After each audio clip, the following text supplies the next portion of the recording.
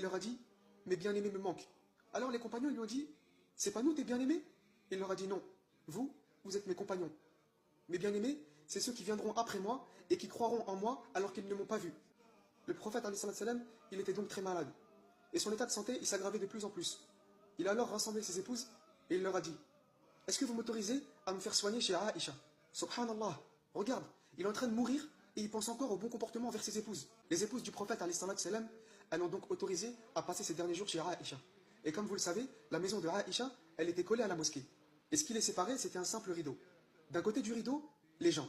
Ils étaient tellement inquiets de son état qu'ils se sont rassemblés dans la mosquée sans boire et sans manger. Ils étaient là à attendre la moindre nouvelle.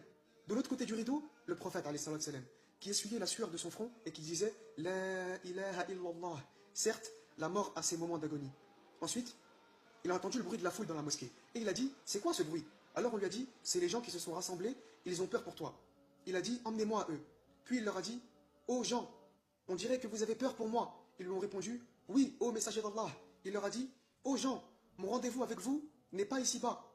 Mon rendez-vous avec vous est au bord du bassin, le jour du jugement dernier. Par Allah, c'est comme si je le voyais de là où je suis. Ô gens, par Allah, je ne crains pas la pauvreté pour vous, mais bien au contraire, je crains pour vous la vie d'ici-bas. Je crains que vous combattiez pour elle, comme ceux qui vous ont précédés, et qu'elle vous fasse périr comme elle les a fait périr. Ô gens, je vous recommande de prendre soin de vos femmes. Je vous recommande de prendre soin de vos femmes. Ô gens, je vous en conjure, ne délaissez pas la salette, ne délaissez pas la prière.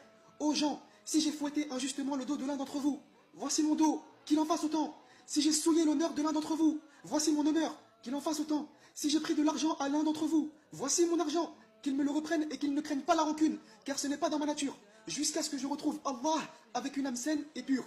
Puis il a dit, ô gens, Allah a proposé à un serviteur de choisir entre la vie d'ici-bas et la rencontre d'Allah. Et il a choisi la rencontre d'Allah. À ce moment, seul Abu Bakr, radiallahu anhu, avait compris que le serviteur dont parlait le prophète, c'était lui-même. Alors il s'est levé, en coupant la parole au prophète, il lui a dit, je sacrifie tous mes biens pour toi. Je sacrifie mon père pour toi. Je sacrifie ma mère pour toi. Je sacrifie mon enfant pour toi. Et là, imaginez-vous cette scène. Le prophète, lève ses mains vers le ciel et dit, qu'Allah vous mette à l'abri.